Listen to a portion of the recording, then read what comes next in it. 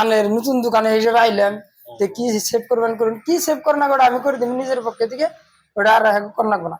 কিন্তু আমার এনে গাড়ি ভালো করেছে 1000 টাকা বিল দিল, তারপরে যদি যায় এটা অন্য গ্যারেজে কয় যেটা 800 টাকা আমি করে দিব, তার পাশে আমার মানুষের ধরুন আন্নের এনে কোনো ফার্স্টে কাম করাবো, কাম করে নাকি যেন অন্য গ্যারেজে যায় না, ধরুন আন্নের বুঝতে করে আরে চেকও করারে যে আপনি পয়সাটা বেশি রাখলেন না কম নিলাম। কম রাখলেন, হ্যাঁ বুঝলেন না?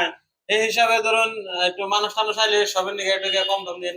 তো এই যে দেখতেছেন খালি জায়গায় না কিন্তু একদম পুরো কদিনের ভিতরে ভরে যাবো মালটা, একদম সব মালে রাখবো বিয়ায়।